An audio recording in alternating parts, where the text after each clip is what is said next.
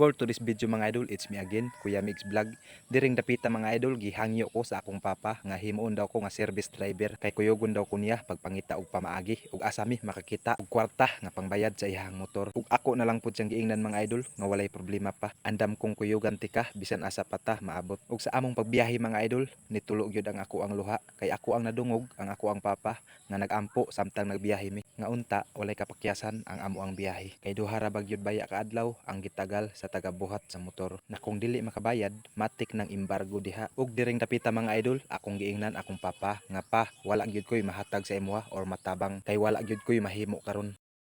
Okay ra ba? Okay ra? Kiro. Pagkakita nako mga idol nga nalipay akong papa, wala gyud nako mapugi ang ako ang luha. So gusto gyud ako pasalamatan mga idol ang Ginoo. So salamat kay gitubag gyud ang among pagampo kauban ako akong papa mga idol. Kaya tabang sa Ginoo sa kuha niya, 3,000 o tanan o. Bitli pa gud nako. Maay gud ang Ginoo gyud. Mo kamong tanan diha. Duol mo sa Ginoo. Mo sampit mo sa Ginoo. Mga igsoon sinuguro gyud nga taga ang ihatag gud sa inyo ha kung kanang inyong katuyuan sa Ginoo gyud. Ora ka sa tinapos mo. Salamat kayo. So dili gyud ta pasagdan sa Ginoo mga idol. So tara, biyahe ta.